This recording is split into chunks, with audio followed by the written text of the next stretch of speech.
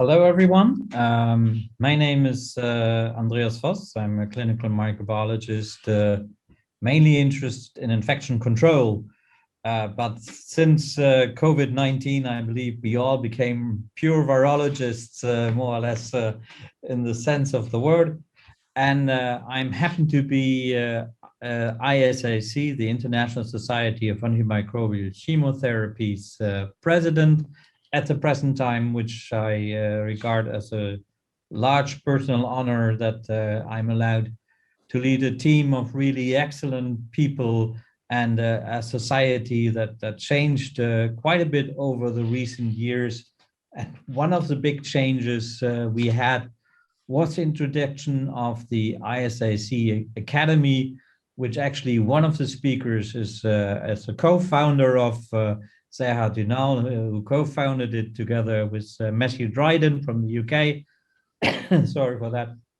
And so we are very, very proud to have the second event of our new academy here.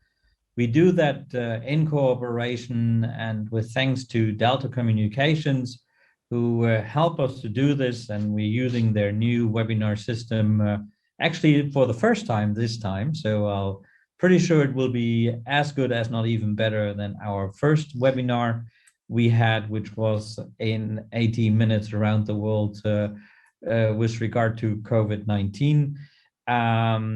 So for all those actually tuned in and listening, you will see on the right side of your screen, there is a Q&A section which you can use to actually post your questions, which will come forward to me. And I was hoping then that after every speaker, we would be able to answer a few questions. If there are some general questions, I will keep them to the end.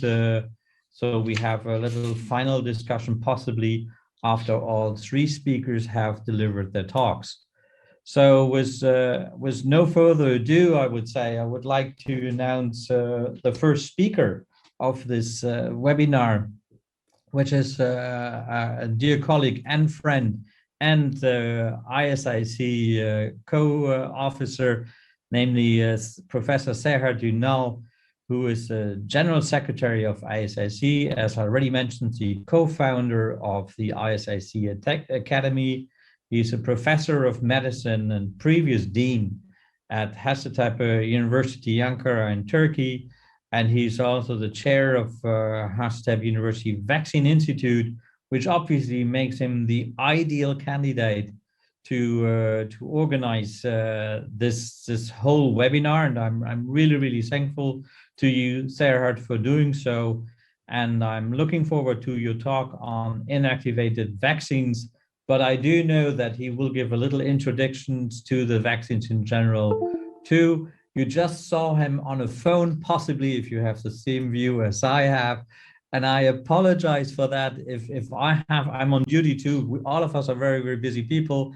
I'm on duty today, so I might be on a phone when he comes, but Serhat promised to back me up all through the session. So Serhat, thank you for organizing this. Thank you for doing all your work for the Academy. And I'm looking forward to your talk.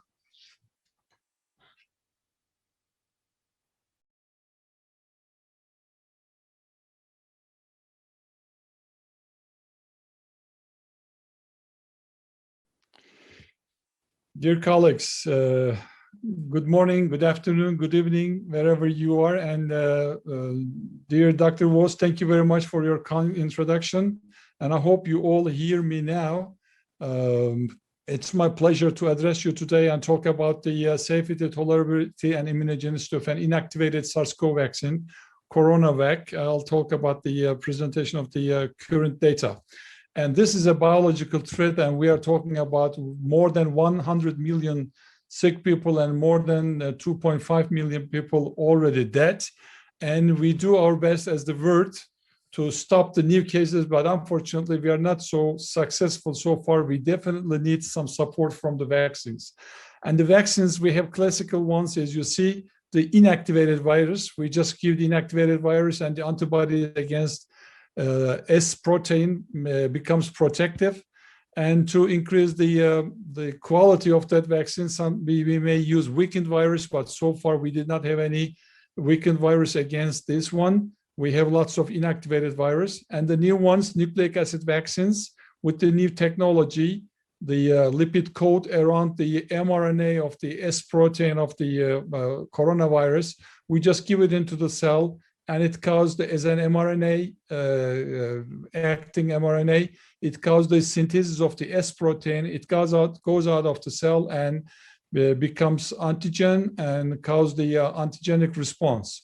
Or the DNA, RNA created DNA can be taken into the cell through the electroporation, but this method is not very successful. In place of that, Word used viral vectors to bring the DNA into the cell. It may be replicating or non-replicating. And again, we have some protein-based vaccines, as we have used in the hepatitis B vaccine, or the peptides, group of peptides to evoke the antigenic stimulation in the virus itself. And today, as you see over here, more than 70 vaccines in clinical trials, and at least 89 preclinical vaccines are still being developed. And here you see the leading ones, and the mRNA, and 4 adenovirus, 2 protein, and 4 inactivated virus. The one that has been developed first, Pfizer-BioNTech, approved in 57 countries, Moderna in 20 countries, and all you see, and some of them, like the Bahara technology from India, approved in only 1 country, but they all are being developed, and the vaccines have started being used in the world. The one that I'm going to talk about is the Sinovac vaccine. It's an inactivated one, approved in 7 countries and has been tried in 11 different trials. CoronaVac is an inactivated SARS-CoV-2 vaccine developed by Sinovac Life Sciences, Beijing, China. And it's prepared by a novel coronavirus, CS02 strain, inoculated in African green monkey kidney cells, vero cells they are called, and after culture, harvesting virus solution, inactivating virus, concentrating that, purification, and the absorbed to aluminum hydroxide as an adjuvant. And in the preclinical studies, the CoronaVac has been evaluated, and it has been in animals, and it has been proven that partial or complete protection from severe interstitial pneumonia in Marak monkeys that challenged with the SARS-CoV-2 without observable antibody-dependent, that is very important, without observable antibody-dependent enhancement of infection. And all data from, the preclinical data led to do the phase 1 and phase 2 clinical trials. That preclinical study has been published in Science 2020, as you see the reference over here. And in the clinical studies, there are 2 of them. One is obtained in the age between 18 and 59 years of, and the other one is the over 50.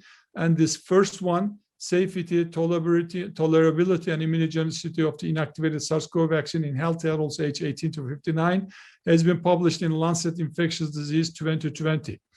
And they have checked the 2 doses and 2 vaccine schedules, 3 microgram and 6 microgram, and the vaccination schedules days 0, 14, and 0, 28. And there were, of course, inclusion and exclusion criteria for each. And in phase 1, they have included 141, that has been done in China, of course, 141 participants. And in the phase 2, 600 participants enrolled into the study. And as you see over here, between the ages of 18, 59, 144, going down into the 0, 14, 0, 28, low dose, high dose, 3 and 6 microgram, and on each arm. And each of them has been divided into the vaccine and the placebo arms. And the same thing with 600 participants has been done in the phase 2 study. Again, 0, 14, 0, 28, low dose and high dose, and the placebo groups. And if you look at the demographic data over here, groups were similar with respect to age and gender, 141 and 38 in the placebo. They are together, phase 1 and phase 2 together. They 0 and 14 vaccination, female, male, as you see over here. And again, 0 to 28 the cohort, you see the numbers over here as the demographic features. And of course, while they're evaluating, they check the safety first, and the adverse effect, you see the adverse effect of the phase 1 study over here, 0-14 and 0-28 vaccination cohort. The number of the possibility of adverse effect were not higher than expected. They all were acceptable side effects. And here you see the detail of them. Vast majority was grade 1, very few. And as you see, injection site symptoms, pain, systemic symptoms, fatigue, diarrhea, fever, and cough. And when you compare it with the 3 microgram, 6 microgram group and the placebo group, there were no statistically important difference in the perspective of the side effects. And it was the 0-14 vaccination cohort. For 0-28 vaccination cohort, again, 3 microgram, 6 microgram, and placebo. Injection site symptoms, pain, and the systemic symptoms, fatigue, diarrhea, fever, and cough, and hypersensitivity. No major side effects. And if you look at the frequency of the side effects here in the phase 2, day 0-14 and 0-28, there isn't major differences between the 3-6 microgram group and the placebo group in the perspective of the adverse effects. Again, 0-14 vaccination adverse effects, as you see over here in the phase 2 this time. I was just explaining the phase 1, and I'm going through the phase 2 over here. Again, the numbers are a little bit higher, but the importance, it's not significant statistically, as I have said. And any injection site symptoms, pain, swelling, redness, discoloration, pruritus, and the systemic symptoms like fatigue, diarrhea, fever, muscle pain, headache, nausea. And as you see over here, no major hypersensitivity reaction. So as general, most of the adverse events in phase 1 and phase 2, as I've told you before, were grade 1. And all participants recovered through the side effects within 48 hours. And there were no vaccine-related serious adverse events that has been noted in the phase 1 and phase 2. And the most important numbers, of course, the seroconversion rates in phase 1 study, as you see over here, 3 microgram, 6 microgram, and placebo. And the seroconversion rates, seroconversion has been evaluated 14 days after the second dose with the seroconversion rates of neutralizing antibody that has been tested in the multiplying viruses, and the RBD-specific IgG. Again, and the 2 weeks after second dose or 20 days after second dose. Here you see with 3 microgram, the numbers are quite low, and 6 microgram, a little bit more acceptable.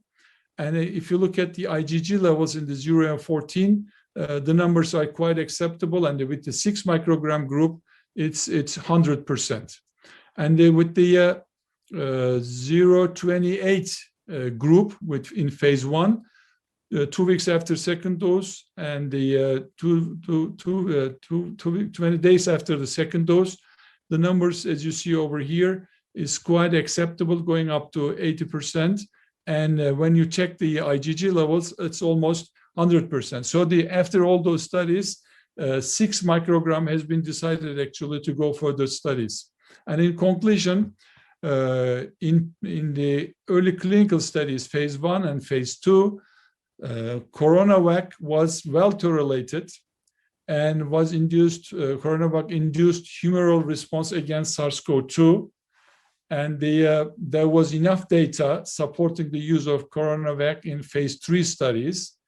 And then there's a need, of course, to determine the protective efficacy of CoronaVac in the phase 3 studies.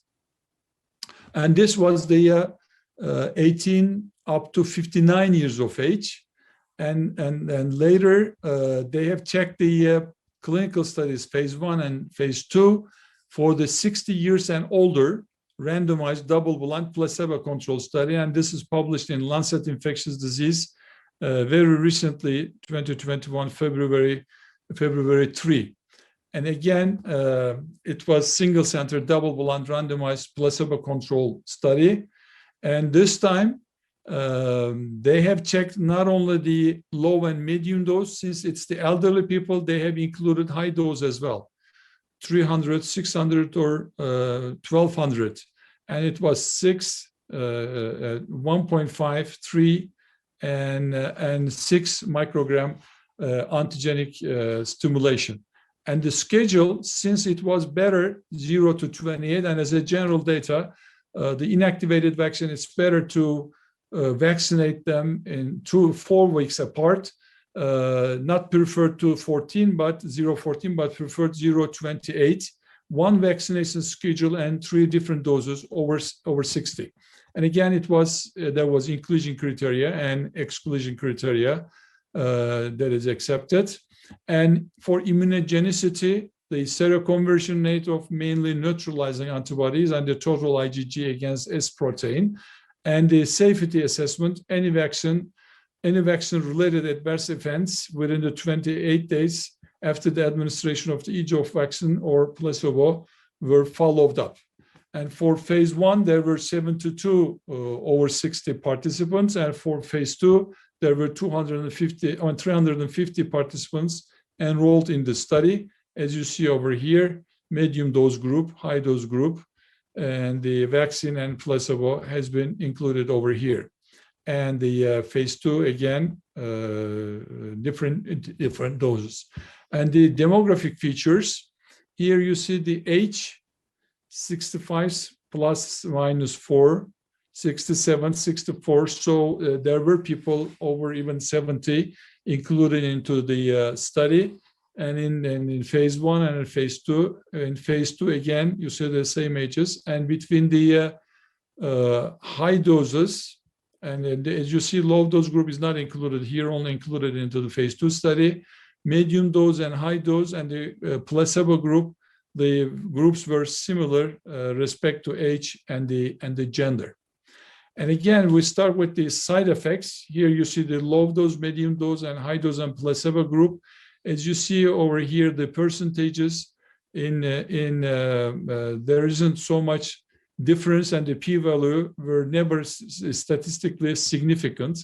And the grade 1, grade 2 reactions were similar, and the local reaction and systemic reactions were not different comparing to the placebo group and comparing to the 3 different dose group in each. And in general, together with phase 1 and phase 2, when we consider them together, the frequency of vaccine-related adverse events was 20, 22, and 21% in low, medium, high dose and placebo groups, not very different each other. There was no significant difference in general adverse events between the 4 groups. All adverse events were mild to moderate with no great adverse events. And the 8 serious effects, as you see over here, and all serious adverse events were considered to be unrelated to either the vaccine or the placebo. So in the elderly people, the results were also acceptable. And the seroconversion rates in phase 1, medium dose, high dose, and placebo, as you see, they all are acceptable. Medium and high dose close to each other. And in phase 2, with the low dose, medium dose, and high dose, as you see, medium dose and high dose is okay.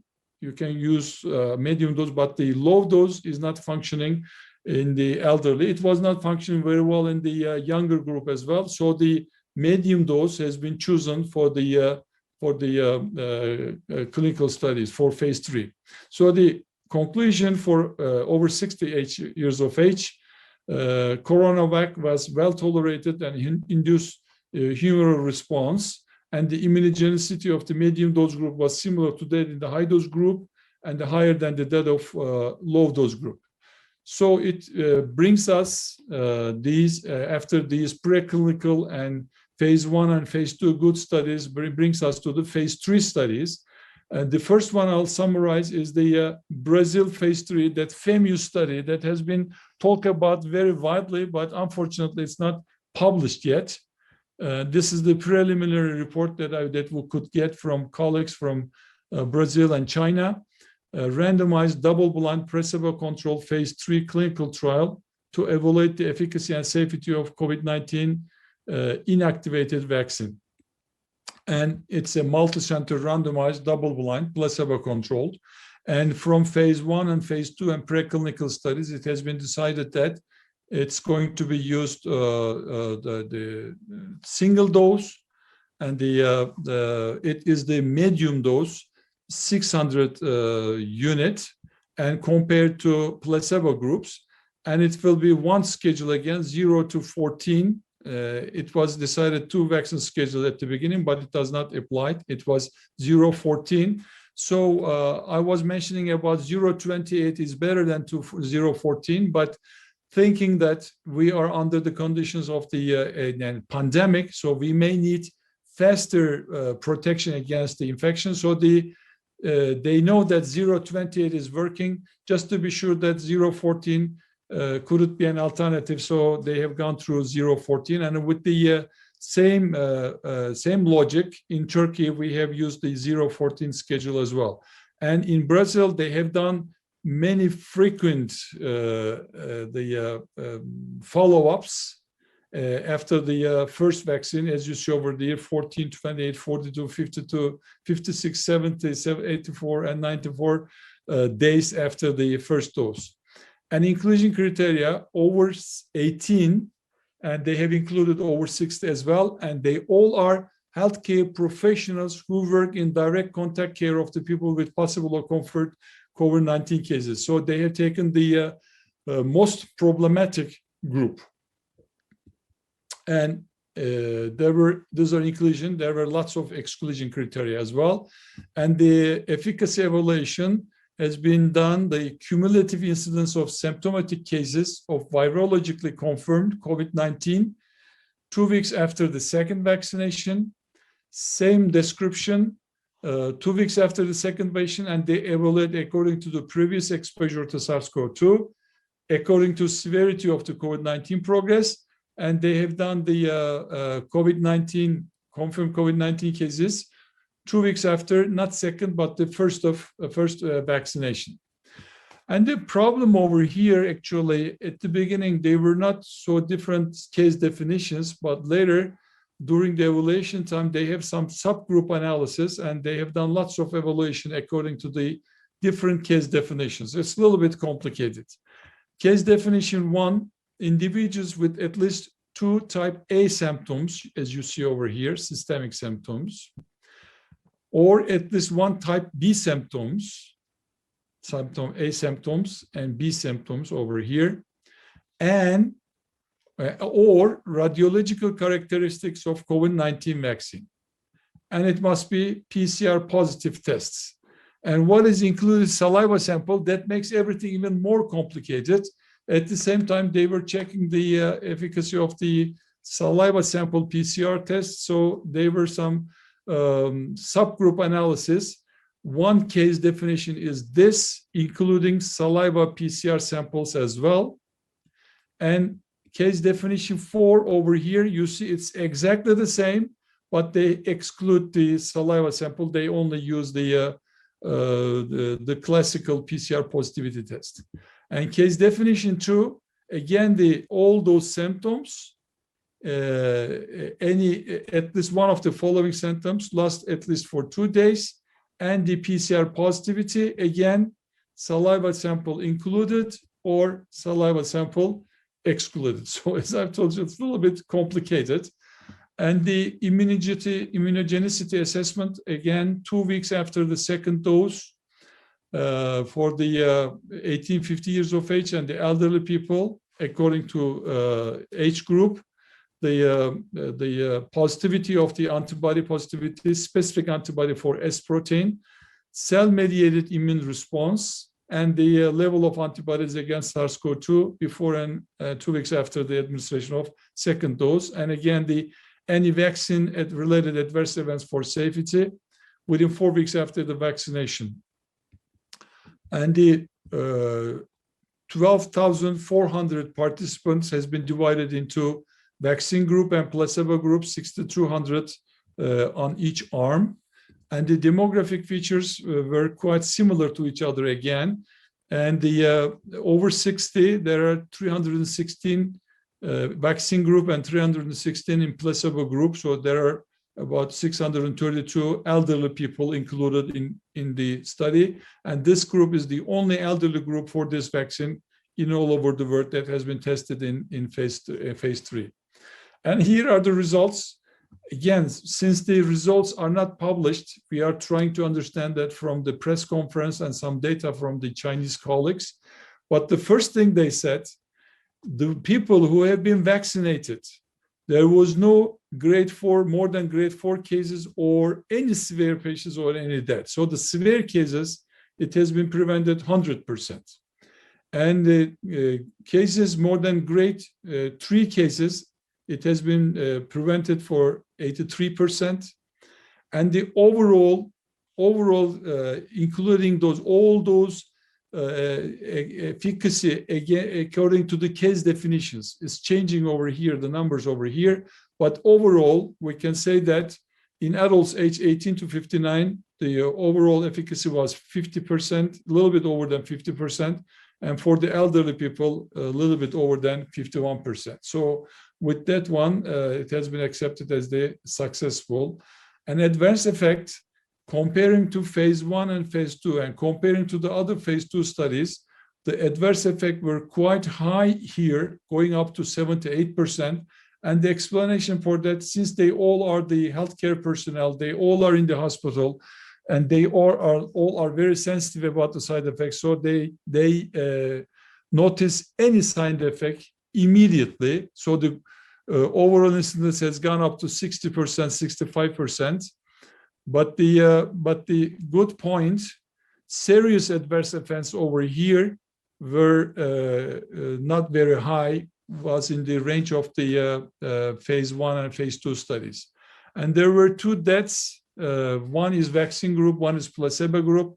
The vaccine group was a suicide after 1 month after second dose, and it has been considered as a non-related adverse events to the vaccine itself. So in conclusion from the Brazil study, SARS-CoV vaccine has been proven to be satisfactory, have the satisfactory safety findings in 18 and above years of old healthcare workers, and the total efficacy was a little bit over than 50%. And that brings me to the last point, the phase 3 study that we have run in Turkey, and then I was the coordinator of that study, randomized double-blind placebo-controlled phase 3 clinical trial for evaluation and efficacy and safety of SARS-CoV-2 inactivated vaccine. And again, it was 2 doses, 14 days apart, vaccine schedule, and that moderate dose has been used again. Again, the same idea, 14 days vaccination decided for that. And the study has been run in all over the Turkey in selected hospitals. As you see in our map over here, there were 24 centers, as you see over here. The highest one going up to close to 1,000 volunteers has been enrolled, and some of them came down to 200, but they all been included in 24 different sites. And the study has been initiated 14th of September. And so far, we have gone up more than 10,000. I'll tell you the details. And there were more than 25,000 doses were applied. And the mean follow-up was 43 minus plus 15 days. So the problem over here, we haven't completed the exact data at the end of the study yet.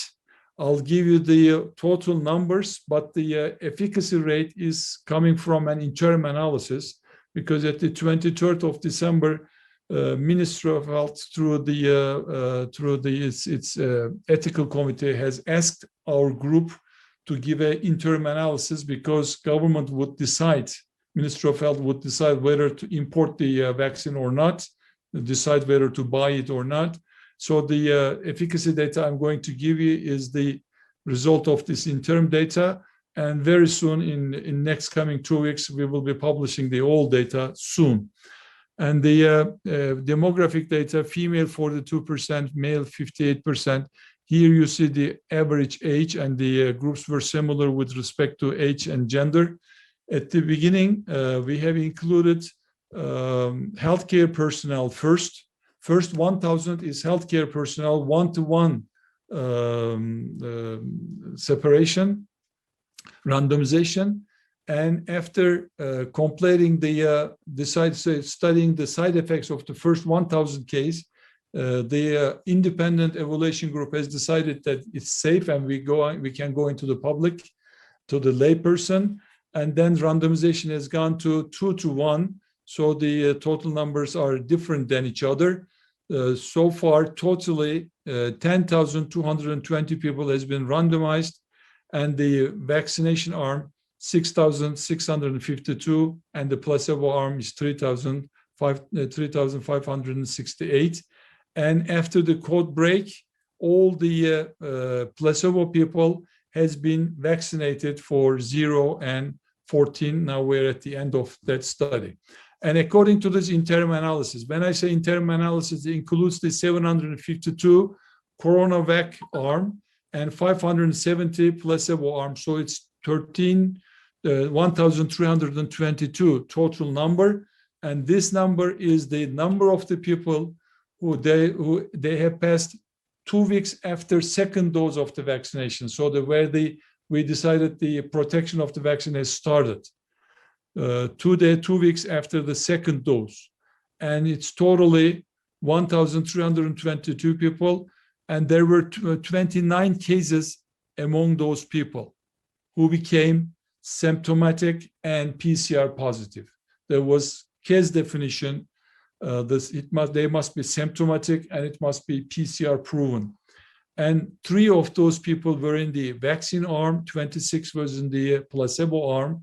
And according to these numbers, in the 95% confidence interval, the lower limit of the safety was 72, and the higher limit of the safety number was 97%. And the vaccine efficacy is calculated to be a little bit over 91%.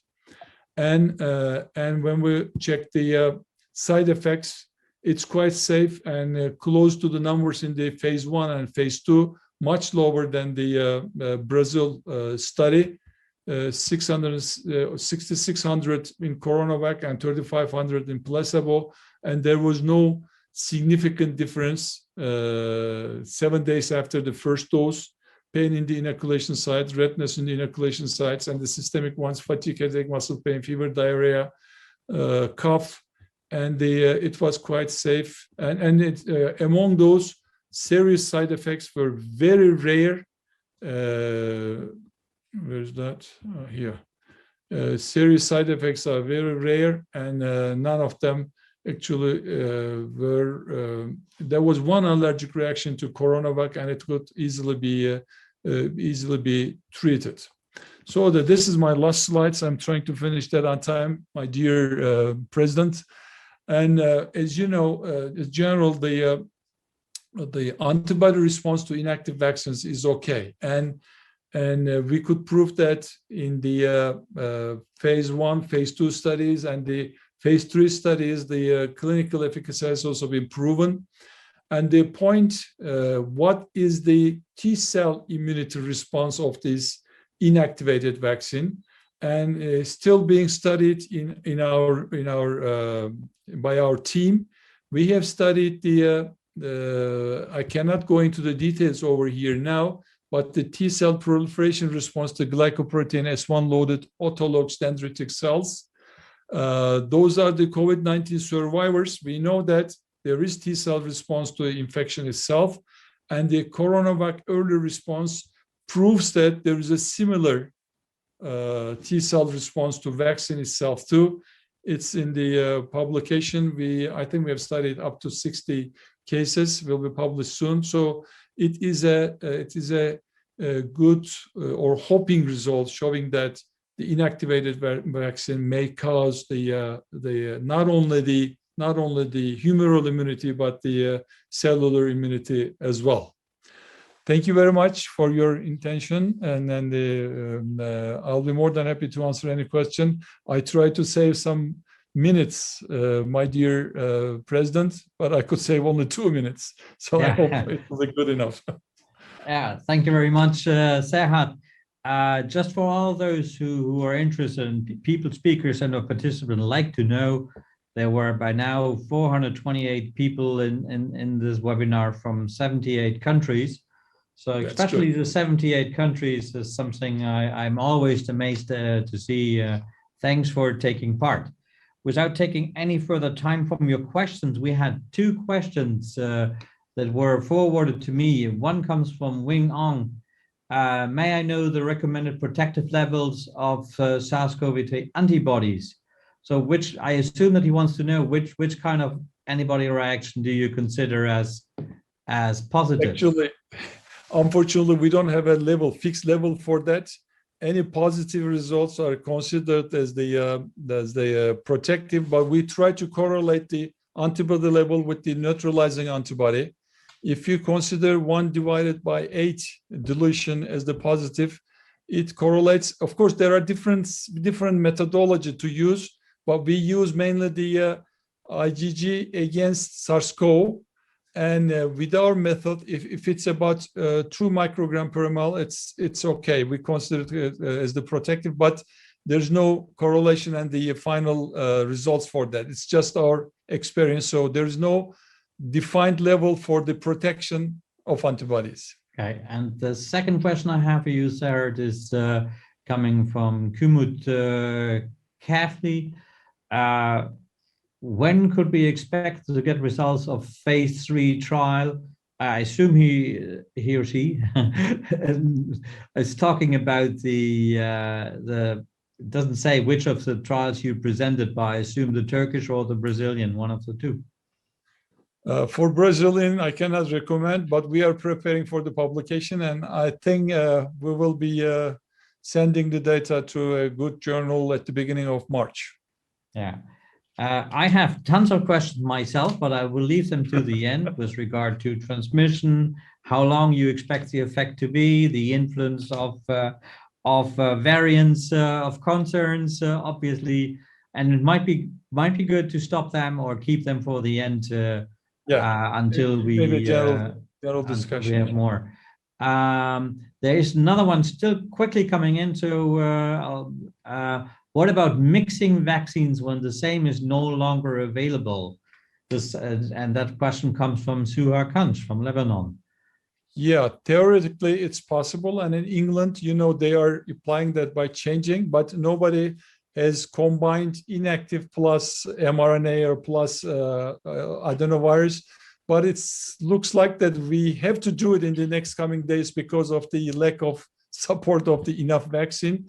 I personally believe that they may be. I mean, it may be combined, but no definite publication yet. One study is going on in London, as much as I know. We'll see the results. Yes, and people are warming up to the questioning. I like it, but in the interest of time, I will keep them to the end. Okay. And I would like now to introduce our second speaker, after once more thanking Serhat for his excellent talk. The second speaker is Saul Faust. Saul is a professor of pediatrics, immunology, and infectious disease, and director of the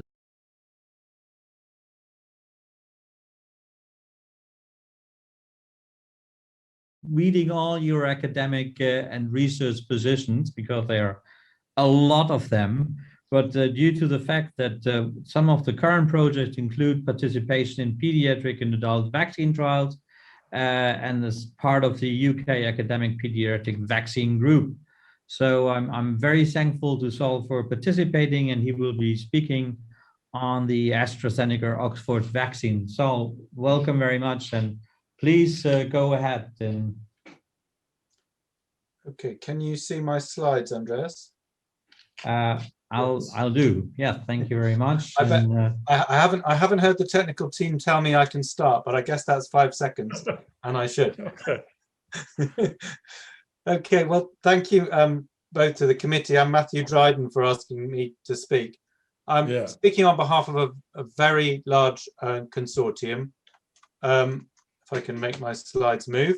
And I'm very grateful to Andrew Pollard for sharing some of the key slides with me to be able to present with you today. And clearly, the leadership for this trial is at Oxford, and my close collaborators there and across the UK have been involved in the trials.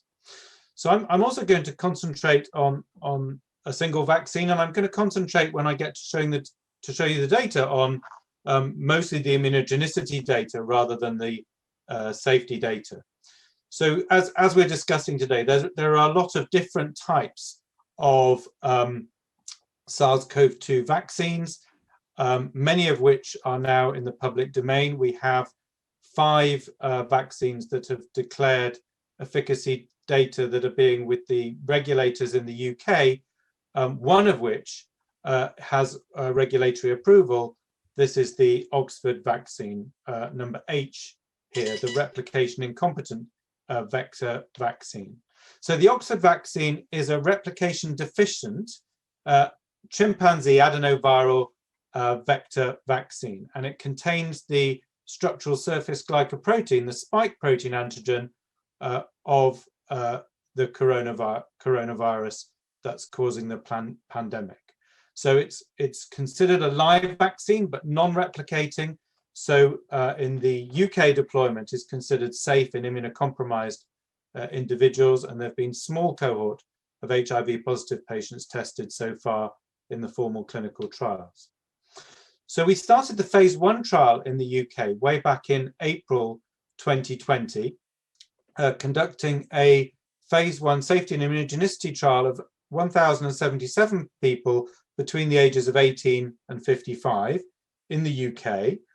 And basically, the data showed that the vaccine was likely safe and that it had good T-cell immunity responses. And on the right panel here, you can see the spike-specific T-cell responses peaking at day 14, but also that anti-spike immunoglobulin responses rose by day 28, the left-hand panel here, and were boosted following the second dose.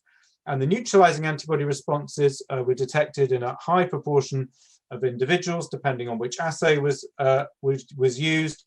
And after the booster dose, all participants had a neutralizing activity. So we moved rapidly on, almost in parallel, actually in parallel, to the phase 2 and then the phase 2/3 study. And the phase 2 study of safety and immunogenicity was conducted again in the UK in 2 populations, one 56 to 69, and the second group of over 70s was entirely recruited in Southampton in our centre, 240 individuals, 50% of whom received the coronavirus vaccine. And the phase 2 data showed similar live virus neutralizing antibody levels across all age groups after the boost. And this is quite a complicated graph. You can find this in the Lancet publication of last year, but you can see this is the standard dose data, and I'll just take an aside in a minute to explain how the study was evolved.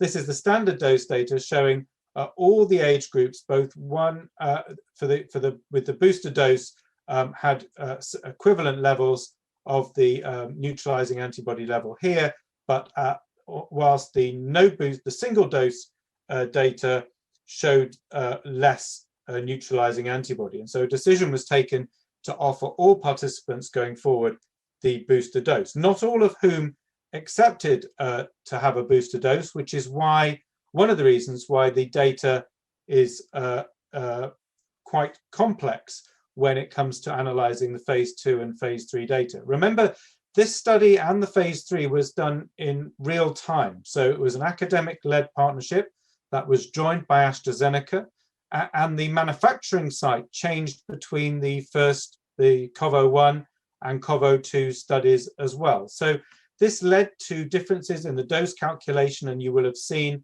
in the first publications some confusion about the analysis between what was considered a half dose or a standard dose and a half dose.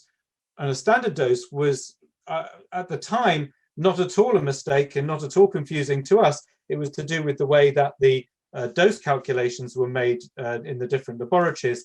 And eventually the standard dose was settled on the higher dose to move forward with the bulk of the participants from the study. And as I said, this led to some confusion with the efficacy data, but we've evolved now over the last few weeks to understand what was going on much better. So I'm just going to concentrate on the standard dose data for today. That's 5 times 10 to the 10 virus particles per dose. So the phase 2 safety data was good, and the phase 3 trials then happened in the United Kingdom, Brazil, and South Africa. And you can see about 20% of the participants in the large phase 3 studies were over 55 years of age, and over 23,000 recruited starting on the 1st of June 2020. And there were 19 sites in the United Kingdom, 6 in Brazil, 1 in Kenya, and 6 in South Africa, although the Kenya data is not included in the main, in the beginning of the data analysis. So the interim combined analysis, including all of these studies, was data lock on the 21st of November, but the cutoff date was the 4th of November. Remember, we started these studies in the middle of the year. And the efficacy showed 70% overall after the second dose. In those who were vaccinated, there were no hospitalizations, no severe cases, and no deaths. And I'm not showing you the difference here between the standard or half dose. This is the combined data. If we look at the hospitalizations, you can see that depending on if you look less than 21 days post the first dose, there were 2 in the Chaddox group and 6 in the control, but then after 21 days, no hospitalization or severe COVID in the vaccinated group. And this vaccine received regulatory approval in the United Kingdom for an emergency, what we call Regulation 174 approval in the UK, so not a full license, and none of the vaccines have received full license. It's all emergency approval under pandemic regulations on the 30th of December, at which point the vaccine was deployed in the UK population. So subsequent to this, and a data cut from the 7th of December has allowed additional analysis and us to better understand what's going on as we use these replication incompetent viral vector vaccines in a large population. And these data, again, are quite interesting. When you look less than 22 days after a single dose, there's still the 2 cases in the vaccinated group, but no more, and leaving us with 22 hospitalized cases in the controls, and only the 2 I've already shown you from the vaccinated group from greater than 22 days after the first dose and less than 15 days post the booster dose, and that's separated out as well, looking at more than 15 days beyond the booster dose. So the efficacy from dose 1 to dose 2, from 22 to 90 days, has been calculated, as you can see here, at around 76%, with a 95% confidence interval between 59% and nearly 86%. And if you look in detail at these data, you can see that the efficacy after dose 2 by the dose interval. And you can see here that this climbs quite considerably towards 12 weeks And this was published in the Lancet last week, showing that for viral vector vaccines, a longer interval between doses is definitely advantageous. And that, of course, is similar to data that the Johnson & Johnson already know about their human viral vector vaccine, where J&J selected a 2-month dose interval between the doses to take to their second phase 3 clinical trial. So these data were available to the JCVI when in the UK our vaccine deployment is not done by government, it's done by an independent scientific committee, and I'm not a member of that committee, but the JCVI published their analysis of what they had seen of the Oxford data and deployed the vaccines to a 12-week dose in the UK, causing some controversy, as the JCVI also picked 12 weeks for the Pfizer second dose as well, based on the available data at that time. And JCV's rationale for this was that all of the vaccines that had received emergency approval at that point, so Pfizer, Moderna, and AstraZeneca, showed high efficacy after 12 to 15 days from the first dose, and that they wished to deploy the vaccine in the UK population to as many people as possible, as quickly as possible, and they picked priority groups over the age of 50 and with pre-existing conditions, covering 99% of the population to that point who had been at risk of death from COVID. So we, from the very beginning of January, had moved to a second dose in the deployment of this vaccine at 12 weeks following the first dose. And we're just starting to see some effectiveness data. This is from this morning. Now, I think you do have to take the raw headline from this morning with a pinch of salt. Colleagues who've had time to look at these data think that the likely estimates of vaccine effectiveness are probably too high due to the methodology and comparisons used and the fact that the study is not controlling for time.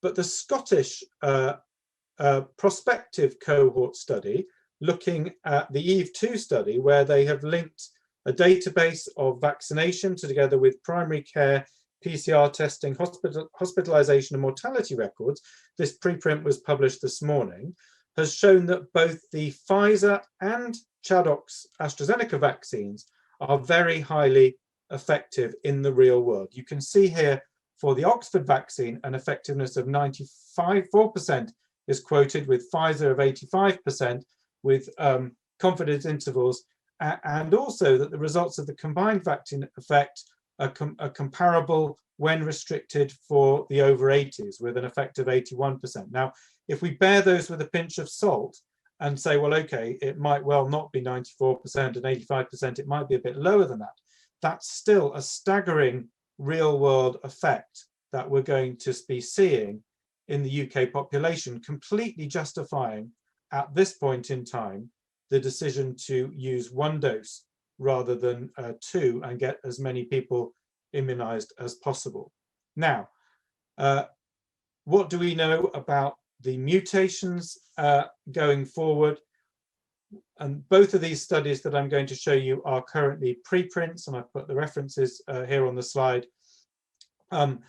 The UK group we posted a study on the preprint server on the 4th of February, looking at our data between the 1st of October last year and the 14th of January, and showed that against the Kent variant, which is now the variant most circulating in the UK, the vaccine efficacy against symptomatic PCR positive infection was similar for the Kent variant and non-variant lineages, both in terms of the efficacy and viral neutralization, except that the viral neutralization was 9-fold lower against the variant. So it was effective, but in the neutralization antibody assays, there were lower titers, 9-fold lower neutralization with the new variant than the wild type strains.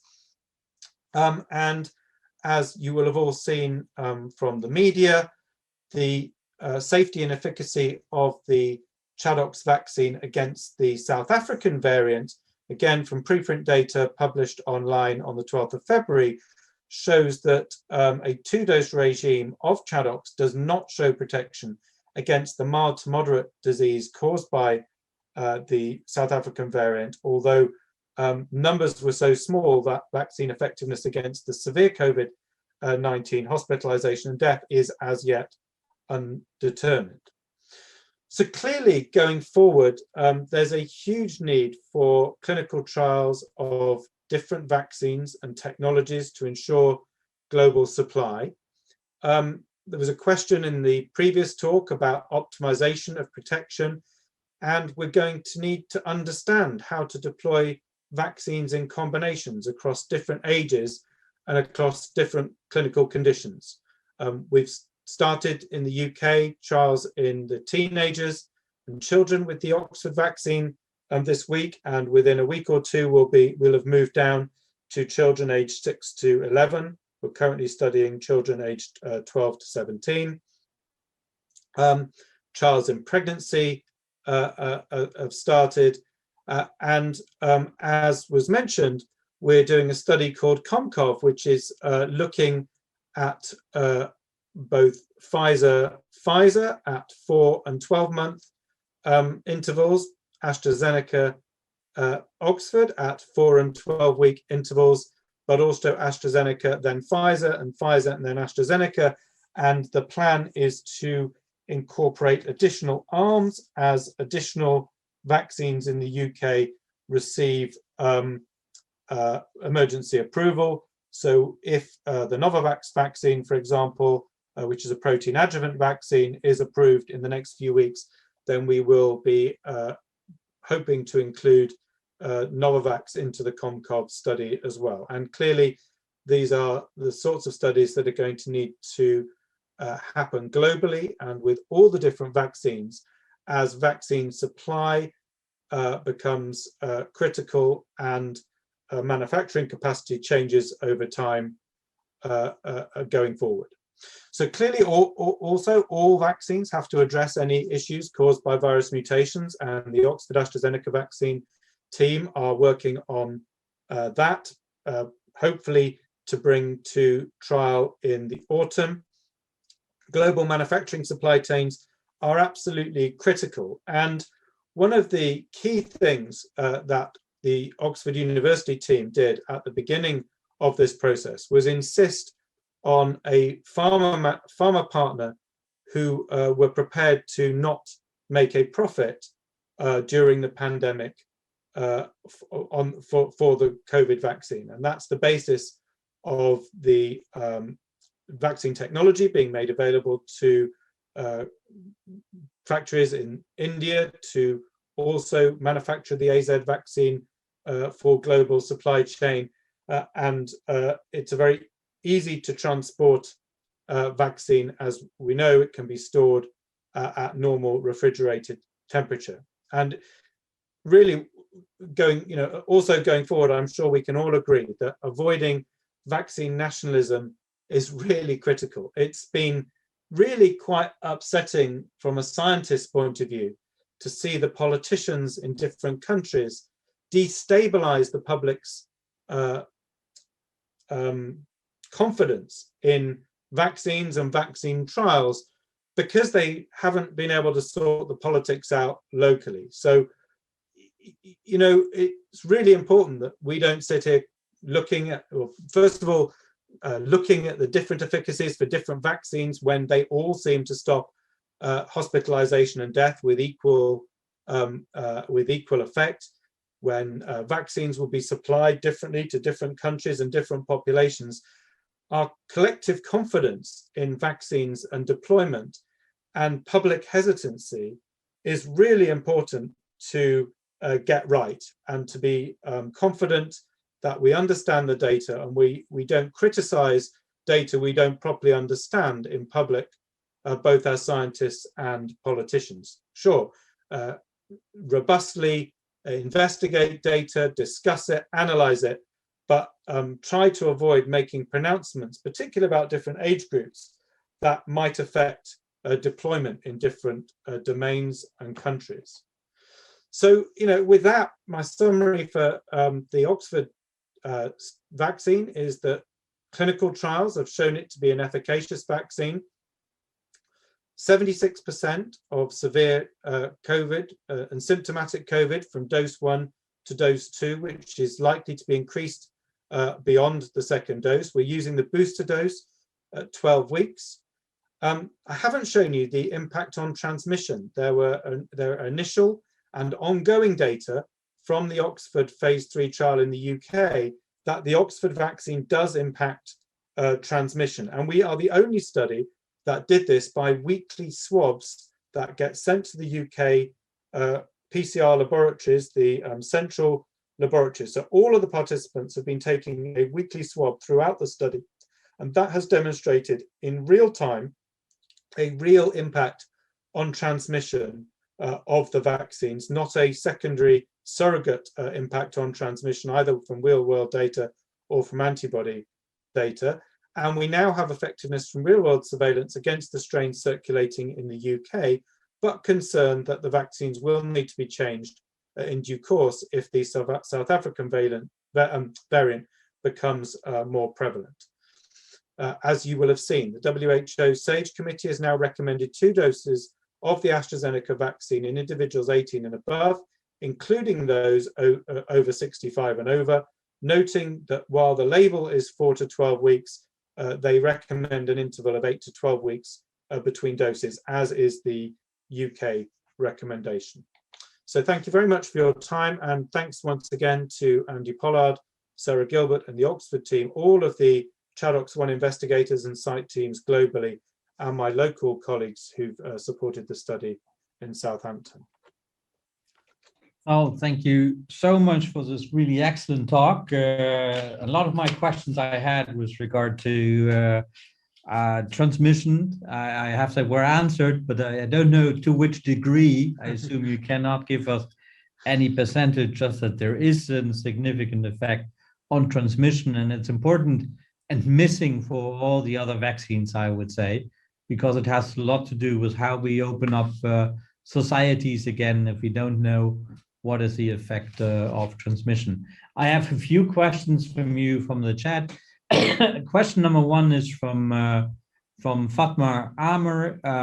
Only a part of the corona genome is included. You may be missing other immunologic reactions to the rest of the virus genome, she is saying, or in other words, the antigenicity of the rest of the genome has been ignored. I mean, that is what everyone does to a certain degree. Yeah, I mean, that is absolutely right. And so Valneva, of course, are using a killed whole cell vaccine, and that's about to start phase 3 trials. And it will be important for us to understand how to use the vaccines either in a heterologous prime boost regime, one vaccine then another, using different antigens, or whether, in fact, we need to use other strategies because of the emerging variants. So, clearly, globally, we've just got to get vaccine to as many people as possible in order to try to get back to some degree of normality and reduce transmission before many more mutations become prevalent. Yeah, I was a little bit amazed on the results of the Scottish study, and you already said takes them with a little bit of salt, but it's the first time I saw the AstraZeneca Oxford vaccine like scoring higher than the Pfizer BioNTech one, and even that one dose was better than some of the results where 2 doses were given. Yeah, and I listen. They only came out this morning. I haven't had a time to look at them, but I think there is a bit of a health warning on them. I think the good news is that people are not going into hospital with COVID as a result of having either of the vaccine. What the headline effectiveness figures turn out to be, Andreas, I don't think we can hazard a guess, but it is really good news that both the vaccines seem to be working in the real world, both in the UK, and of course, data from Israel also suggesting for 2 doses very high for Pfizer. Yeah. There is a question actually asking what are the advantages or disadvantages of keeping longer time intervals, but I believe that you answered that really well by the possibility of being able to immunize more people now and fast before they come to the hospital instead of choosing and keep it for later. Yeah, I mean, that's true, but it's a wider question, isn't it? I mean, Janssen & Janssen picked 2 months for their dose interval because they know in their human adenoviral vector that 2 months is better than 1 month. And I guess for viral vector vaccines, we could have predicted that. And if you go back to the beginning of the COVID vaccine trials, those 1 month intervals, both 1 month for the original AZ Oxford trial, but also the 3-week intervals for Pfizer and Moderna were really picked in order to get 2 doses into people as quickly as possible, rather than for being the best time interval for the vaccine. And I suppose now, as a collective sort of scientific community, we do have to go back and try and answer the question, what would have been the best dose interval? The thing is that we can't really do that on naive populations who are supposed to be receiving deployed vaccines. So it's going to be complicated to sort out. Yeah, there's one question from the many that are coming in, and I'm sorry for all those if I cannot address all of them. But there's one question I saw for you as a pediatrician. Do children get the same dose in the trials? Is it kilogram wise or is it? It's really important question because all the vaccines are quite immunogenic. They're quite, people are getting sore arms, and anecdotally, the side effect, the minor side effect profile seems to be higher, greater in the younger population than the older population. If you look at people who are receiving vaccine in the real world and healthcare workers. So getting the dose right is really important. Actually, we are starting with the same dose in teenagers in Oxford, and then the DSMB, the Independent Data Review Committee, will look at what the dose should be in the younger children as we move down. J&J are taking, I'm the chief investigator for the J&J teenage study and children's studies in the United Kingdom. And J&J are taking a cautious approach, looking at a lower dose and then a higher dose, because there is some concern that the side effects profiles will just be a bit too much for kids who might not need such high doses. So important to work this out. And that's why I think we're saying as pediatricians, we don't expect pediatric data to be available for deployment much before the end of the year. It's going to take time to do those dose finding studies, and then the maybe 4,000 to 6,000 children safety studies that will be needed before deployment. Yeah, thank you so much. One could question whether children should even be in the highest ranking part for receiving vaccines. Well, they shouldn't. Yeah, they shouldn't. I mean, that's why we're not rushing. This is all to do with transmission, isn't it? If the vaccines do prevent transmission, then ultimately immunizing the entire population will be beneficial for reducing the mutation pressure. Yeah. But there's no rush to vaccinate children for COVID disease. Now, in the Dutch strategy, national strategy, there the below the children aren't even mentioned for 2021. So, and you're right, it would do something about transmission. So, thank you so much for this really excellent talk. I have thousands of questions I would like to ask, but in the interest of time and the fact that Kelly is waiting since really early in the morning, there's, I would say, somewhere in the US, not to give away your position where you are right now, but I'll switch over to her. Saul, thank you so much for this excellent talk.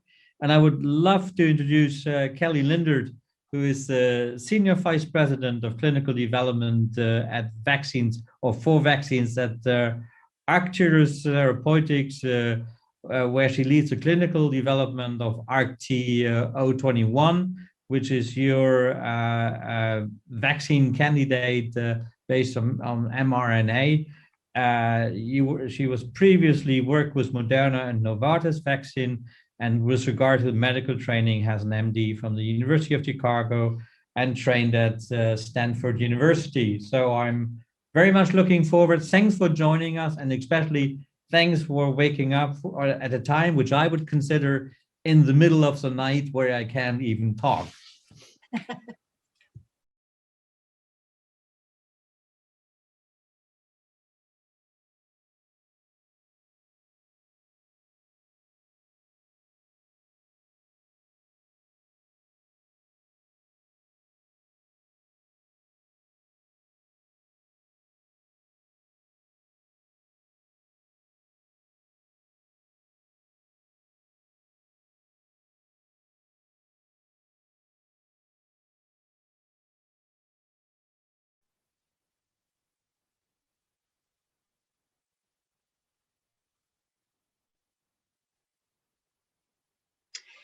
Thank you for the invitation to join the meeting today. And I have to say, I'm very honored to be here in the company of colleagues with such fantastic data. And it's humbling, but again, excited here to speak about some of the lessons that we're learning right now in the messenger RNA vaccine space. First of all, why would we think about using messenger RNA as a potential vaccine-related technology? Well, first of all vaccines, of course, aspire to attract the immune response to ward off the pathogen of interest. So messenger RNA technology, like all technologies, are ultimately about expressing the right epitopes to attract, for example, the cell-mediated immune response and to generate antibody responses. Messenger RNA has some potential advantages by a more direct approach of first leading directly to the synthesis of the relevant proteins that can be expressed on the cell membrane. And it also has some of the advantages of avoiding the steps of use of, for example, vector-based platforms or needing to replicate viruses in vitro in order to proceed to inactivation. So this may offer advantages in terms of ultimately being able to get to the end goal of attracting the immune response faster by, again, putting relevant proteins in front of the immune system and enhancing the immune response. Some additional advantages that are included with messenger RNA is that there is a bit of a self-adjuvant property to all messenger RNA vaccines. So to date, the vaccines evaluated have not required use of adjuvant. In addition, messenger RNA, as opposed to other nucleic acid technologies, has another advantage or two in that it directly goes, the molecules are expressed directly in the cytosol, which is more, which leads to faster translation of proteins in vivo. In addition, there is no risk of genomic integration that occurs with messenger RNA. However, it's also important to mention some of the potential disadvantages of messenger RNA as we think about the global use of vaccines. And traditionally, messenger RNA vaccines are associated with need for lower storage temperatures. In addition, coming into this pandemic, of course, no messenger RNA vaccine had been fully licensed. So the SARS-CoV-2 pandemic was an opportunity for messenger RNA vaccines to evaluate proof of concept. So what's displayed on this slide is the example of one of the two lead messenger RNA candidates' timelines of vaccine development. So as we're all aware, it was in this time last year that we were learning about the occurrence of this pandemic of SARS-CoV-2. And in the 11th of January of last year, that's when the sequence of SARS-CoV-2 was first identified and shared with a variety of manufacturers. So the timelines shown here are taken from Moderna. And with that, they were able to actually go from the 11th of January to enter into the first clinical trial a mere 2 months later by the 16th of March. And as we know, they progressed rapidly through phases 1, 2, and 3 of development. And ultimately, the product was approved for emergency use authorization in December of last year. It's important to note that too, Pfizer and BioNTech, their collaboration had similar timelines, albeit also a different approach in terms of their study designs. Nevertheless, again, both made record-breaking speed in terms of the development of their vaccines.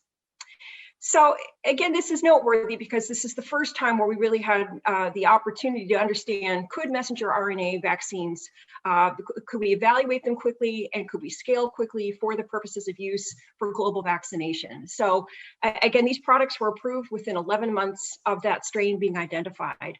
And when one compares this to other relevant vaccines in recent development, for example, the Ebola vaccine took 5 years, the HPV vaccine took 26 years of development, rotavirus took 25 years, and RSV is 50 years and counting. So again, at this point, we've demonstrated with this pandemic that there's been the ability to prove record-breaking speed of vaccine production. So, of course, we all were interested to understand how these vaccines would read out, though, in terms of the vaccine efficacy. The initial immunogenicity data, of course, were promising and showed a dose-related response. However, I think we were all pleasantly surprised, or I'd even say thrilled, to see that both Moderna and BioNTech had vaccine efficacy that exceeded 90% in both of these trials. And I think what also started to catch everyone's eye was that this degree of efficacy, that you saw separation in the curves of both vaccines even before the second dose was administered. And these are 2-dose regimens of messenger RNA. In terms of safety, again, these vaccines had never been licensed, so it's important to understand, is there something different or with messenger RNA vaccines? However, when one puts the safety profile that was published for these vaccines up against what's in the labels of other vaccines, overall, the reactogenicity appears to be somewhat worse than, for example, a flu vaccine.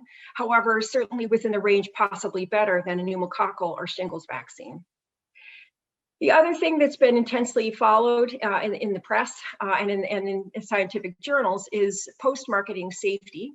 And there's been a recent publication by the CDC of what's been followed in the US for post-marketing incidents of anaphylaxis. You may well be aware that there were news reports of cases of anaphylaxis reported in both the UK and the US. However, in the most recent analysis by the CDC looking at the US data, the anaphylaxis rates were comparable within the range, again, of what's been observed with other vaccines, from a low of 1.4 cases per million with flu vaccine to a high of 9.6 cases per million with shingles vaccine. Now I move on to our vaccine. So just a note or two about Arcturus. Arcturus is a comparatively small company with 130 plus employees based in San Diego, California. And we're working on what one might call a next generation messenger RNA vaccine. So what we share in common with the other messenger RNA vaccines is an approach that focuses on the expression of the spike protein of the SARS-CoV-2 virus. And both of these share a construct that includes a cap as well as a poly-A tail that surrounds the transgene that encodes for the spike protein. However, the addition to our vaccine, which is nicknamed intermittently Lunar COVID-19, or it's also referred to as the ARCT-021 vaccine, this also includes a replicase. So replicase is there is an enzyme to promote further replication of the messenger RNA itself, and it's derived from an alpha virus. And again, this is not something that's included in the other two messenger RNA candidates. The other aspects of our vaccine include its unique lipid nanoparticle delivery. So all of the messenger RNA vaccines share a common backbone of having a constellation of nanoparticles that promote the entry of the messenger RNA into the cell. And they also share, again, the same method of release, that upon entry into the endosome, the liposomal component is separates from the messenger RNA and allows the messenger RNA to be recognized by the cytosolic components for further transcription. So the other difference, though, aside from, again, the use of the replicase, also has to do with how the vaccine's ultimately formulated. So we are in progress with creating a lyophilized formulation, and our hope is that this will allow for greater temperature stability of the vaccine. And again, we think that will have significant impact on logistics for use of this vaccine later on. So I thought it might be helpful to briefly share some data to give a bit of more of a characterization of how our vaccine has performed. What's showing on this slide are mouse data, wherein we developed first a conventional messenger RNA, followed by a self-replicating or self-amplifying RNA. So the conventional RNA is listed on these figures as messenger RNA, and star is the self-replicating RNA that we've created. And so what we observed across these three graphs is that there was a bit of a dose-related trend in terms of increasing antibody responses to conventional RNA. These are IgG responses. And with that, so for example, comparing the 0.2 microgram to the 10 microgram doses, there was an expected increase in overall antibody expression. However, what's noteworthy on both of all these graphs is how the star, the self-amplifying RNA, how this performed. And we saw a noticeable increase in IgG expression versus the conventional RNA. And this is after single dose administration. In addition, these antibody titers are sustained out through approximately 60 days after single dose administration. And just to back up for a second and compare doses, again, the dose ranging data shown here range from 0.2 micrograms to 10 micrograms. It's probably worth mentioning that the vaccines that have been approved for emergency use by Pfizer and Moderna are 30 and 100 micrograms respectively. So again, we're several fold lower here. And with a single dose, again, seeing a noticeable increase in antibody responses. This next slide is again mouse data, and this is looking at neutralizing antibody titers. And again, there's a dose-related response in terms of eliciting neutralizing antibody responses. And again, after single dose, we're still seeing a sustained neutralizing antibody response out through day 60. Moving to the next slide, we then performed a transgenic mouse challenge study. This is a human ACE2 transgenic mouse model that includes a lethal challenge with SARS-CoV-2 virus. And on the left-hand side, there were two groups that were vaccinated with our vaccine. One received a single dose of 2 micrograms, and the second one received 10 micrograms, and the control group received saline. And with this study, we saw that both the 2 and the 10 microgram mouse groups fully survived the lethal challenge, whereas the control group, all the mice died within 7 days following the challenge. In addition, on the right-hand side, we also saw a noteworthy trend in terms of constitutional signs. The mice that had received the saline, of course, were losing weight prior to expiry, and the mice that received both of our vaccines, both the low dose and the high dose, sustained their body weight through the duration of the study. So again, encouraging data that there's proof of concept in terms of vaccine efficacy in this mouse model. We have also performed a primate challenge study. These data have not yet been published, but what we did with this study is we took macaques and we gave them either 1 or 2 doses of vaccine. So we gave 20 micrograms as a single dose, and we gave 5 and 20 micrograms as 1 and 2 doses. And after the vaccine, after the viral challenge, we then performed a bronchial alveolar lavage. And as you can see on this graph, on the left-hand side, the saline administered animals had noticeably high viral titers, whereas all dose groups that received our vaccine had several-fold lower viral titers after the challenge. So again, overall, significant reduction in lung viral titers. So now I want to move into the human experience. We have one study that is nearing completion. These data from the study are not yet published.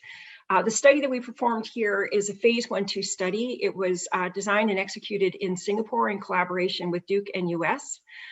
And in this study, what we were looking at were increasing doses of single dose administration of the vaccine, as well as 2-dose administrations of the vaccine. We also looked at responses in both younger adults as well as older adults, again, to understand both the safety and immunogenicity profile. The doses explored in the single dose arms were 1 through 10 micrograms in the younger dose cohort or the younger age cohort. And we had one group of 7.5 micrograms dosed in the older cohort. Whereas when we did the 2-dose regimen, we've looked at doses of 3 micrograms and 5 micrograms given as 2 doses and separated by 28 days. So with that, at this time, there are only high-level results that I can share at this hour, but in general, all the participants have completed the dosing. We have 106 participants that were enrolled. There have been no new safety concerns that have been identified. And in particular, we've had no serious adverse events associated with our test article, ARC-021. No participants have withdrawn from the study. And I'm pleased to report that the majority of the adverse events that we've observed in the doses that we will continue development on were mild or moderate. So I'll move on to the immunogenicity data. This slide is representing the binding antibodies that we evaluated in the trial. This was measured by Luminex assay. So on the left-hand part of the slide, we have demonstrated 2 vaccine groups in particular from the younger adults. We have the placebo group on the left, followed by the 5 microgram and 7.5 microgram dose groups. So in these younger adults, these are single dose administration, and you can see from these graphs that there's already by day 15 a noticeable rise in the binding antibody responses, and peak antibody responses are already obtained roughly 28 days following vaccination. And these are sustained through at least 43 days after vaccination. On the right-hand side of the slide, as I mentioned, we had one group of older individuals who were evaluated, and we looked at binding antibody responses. And likewise, too, we saw an uptick in antibody responses, perhaps on a lower magnitude to some extent versus the younger adults, but nevertheless, robust antibody responses that were rising at the last cut of the data. Again, this study is still under analysis, and a final analysis is a few weeks away. On the left-hand part of the slide, on the lower part of the slide, this looks at 2-dose administrations. So on the left, the black bars reflect the placebo group, and then the green bars represent the 5 microgram dose responses in the younger adults, and the brown bars represent the 5 microgram responses in the older adults. And with this 2-dose administration, we did see some uptick in binding antibody titers with the 2nd dose administration. But again, already the 1st dose administration had a much more noticeable rise in antibody response. It's also worth noting in this particular comparison that if you look at the time points leading up to day 29, at this dose of 5 microgram, the antibody responses were roughly similar between both the younger and the older adults. Moving into the neutralizing antibody responses. So in this slide, we're looking at the younger adults given 7.5 micrograms. Now we had fewer time points that were evaluated by the neutralizing antibody assay. But however, we did see that there was some increase in neutralizing antibody responses following either 5 or 7.5 microgram administrations in the younger group. And we also observed an increase in neutralizing antibody responses in the older adults given 7.5 micrograms. In terms of the magnitude of the response, using the same PRNT50 assay, we also looked at convalescent sera, and the antibody responses were within the same range as those seen in the convalescent sera. In the same study, we also took a look at our cell-mediated immune responses. So this is a demonstration of the ELISpot assay results. So on the left-hand side, we were looking at T-cell responses at 15 days or 14 days rather after administration in the 5 microgram versus the placebo groups. And with this, you'll see that there was a cell count that approached 500 cells per plate observed, and noticeably higher versus the placebo group in the 5 microgram dose. And similarly, on the right-hand slide, we had counts that approached 200 in the 7.5 microgram versus noticeably lower responses at day 15 in the placebo group. Now, it's a publication that's caught our eye was released by authors Wiley et al. In November of last year. And in this, what they were doing was prospectively looking at ELISpot responses through what's referred to as the T-spot assay. In the study that they performed, they collected samples from healthcare workers in the United Kingdom and looked at the segmentation of the T cell counts and how this may have predicted protection against COVID-19 disease. So in the 2,000 plus frontline workers that were evaluated, 669 of them fell into a group that was referred to as the high T cell count, where on the T-spot assay, they had 120 or more spots per plate, whereas 2,000 of these participants fell into the low T cell count group with 12 spots per plate. And so in the study that they performed, all of the participants who had the high T cell counts failed to demonstrate any signs of COVID illness during the observation period, whereas 20 cases of COVID were observed in those who had low T cell counts. So again, I think this is part of the growing body of evidence that suggests how important the T cell response may be in terms of protection against SARS-CoV-2. So with that, let me just back up just a slide to, go backwards to highlight again that in our 7.5 and 5 microgram dose groups, we're in our preliminary data suggests that our T cell responses are within that same range of the high T cell response that may be protective against SARS-CoV-2. The last slide that looks at our cell-mediated immune responses is again, just benchmarking the caliber of the T-cell mediated immune response. So here we're comparing, if you will, Th1 versus Th2 mediated immune responses. In both the 5 and the 7.5 microgram dose groups, we see a response that's heavily weighted towards a Th1 mediated response. So in summary, messenger RNA as proof of concept as a vaccine has had a wonderfully successful year.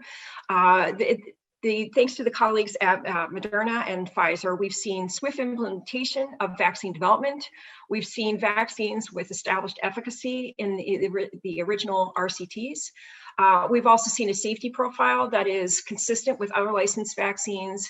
And again, thanks to the advancement of messenger RNA development, we have seen, again, a significant contribution towards the vaccine supply that is jointly aiming to reduce COVID-19 cases.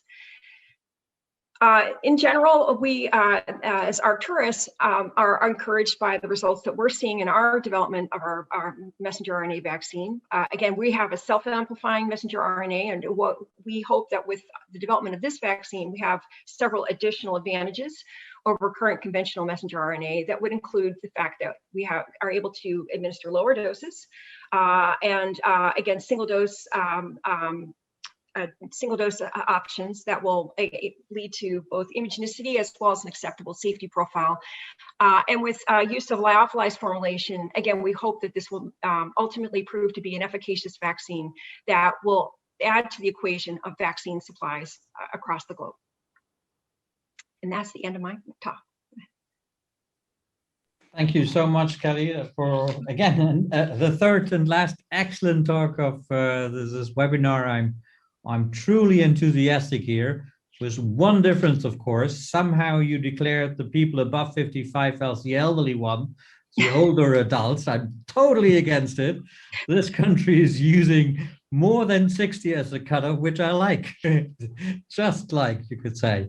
But okay, excellent talk. Thank you so much. And I had asked everyone to open it up to all of us, so we could have some answers. There's one question only for you, Kelly, was about the question of anaphylaxis. What has been its incidence?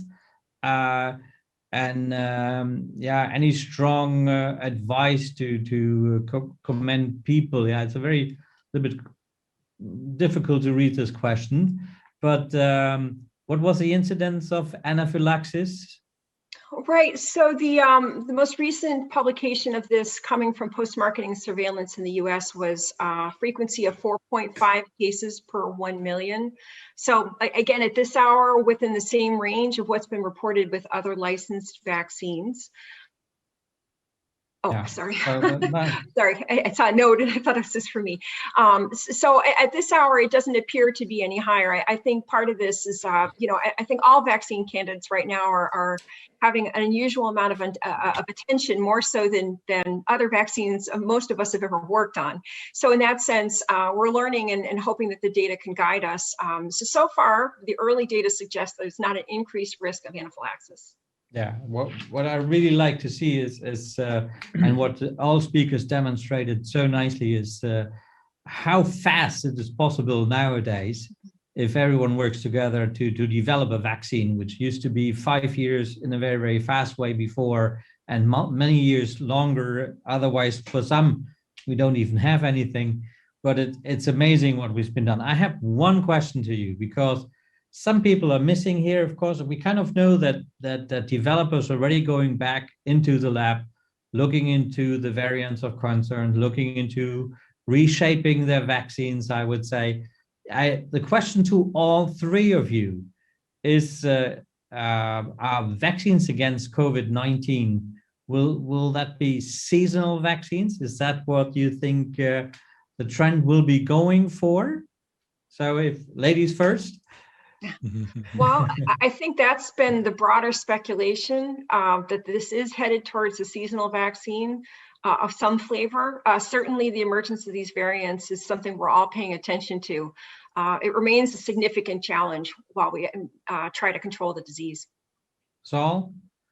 Yeah, I think so. I think it whether we can immunize annually or whether it would be less frequent than that, I think we don't know yet. We really don't know how long immunogenicity is going to last, and we need to make sure that global surveillance is absolutely spot on. You know, UK has got a very, very high rate of sequencing because all our clinical research focus was aimed at COVID, both for diagnostics but also therapeutics from the recovery trial and for vaccines, and the genomic response was equal to that. So everything else stopped, and that's all we've been doing for the last year. But globally, we have to get that level of sequencing surveillance equal, because otherwise we won't have a clue what to do and how quick to do it. But we are planning, you know, recognizing that we might have to address the South African mutants this year. We are also trying to work out studies for this summer that will give us an idea of what happens if you use a third dose of different vaccines. But clearly, what becomes available and in what timescale is going to be a variable feast. These are very hard to do, but we'll hopefully have some data by the time of the autumn. Yeah, Serhat, you an extra comment or?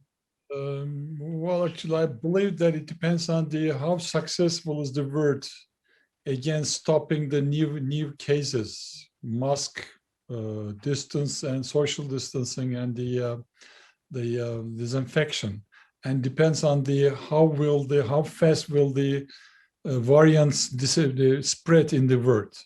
Because if we can't control it, it will multiply more, and we will have more chance of mutation, because the virus is fighting against the antibodies now, and it will mutate, of course. But I believe that we have to make some changes in the available vaccine. One change against the new mutation. Then if we are fast enough to vaccinate all the world, we will be able to stop it, and then we won't need any more vaccination. This is the best case scenario. But if we can't succeed to control the new cases and let it mutate one more and one more, then it will go on to the possibly yearly vaccination. We'll see that in the next coming 3 or 4 years.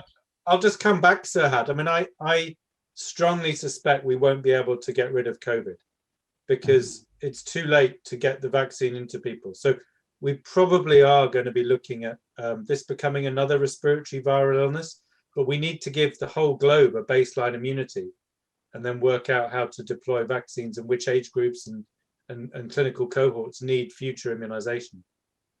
Yeah. Yeah. I'm trying to be optimistic, and I say depends on how can be successful about that. Yeah, I like your optimism, Serhat, as always, Yeah. but I'm afraid that Saul might be the one being right in this. Well, but mine's an optimistic view as well, Andreas. It's really optimistic. You know, if we look at the UK, we're hoping that by the end of July, every single adult in our country will have been offered COVID vaccine. That means that we can't talk for foreign travel, but we might be treating COVID like flu by the autumn in the UK. I think as a scientific community, our problem politically is how to make sure the entire globe can get to that level as quickly as we can. Yeah, I mean, it's such an important question, the last one raised, especially since the wealthy countries around the world had bought like 300% of all the vaccines that they would need for the amount of people they have, just in the attempt to make sure that their inhabitants, their countrymen can be vaccinated. Yeah, you're right. We need to have it everywhere. There's one more question from Suhar Kanj. Once again, thank you for the nice talk. What made Pfizer release a statement that the vaccine can be refrigerated at higher temperatures than initially recommended? Does anyone know an answer to that? Well, I mean, I was surprised it took them so long to do their stability data, because if I'd have been Pfizer, I'd have been working on that from last July. But you know, we started off very cold with AstraZeneca, and we started off with a date. You know, it lasted 2 or 3 weeks, and then gradually it got longer and longer. So yeah, I don't know why it's taken them so long. Yeah. So looking at you, I really want to just because we are at the time, we did agree on a time slot in here.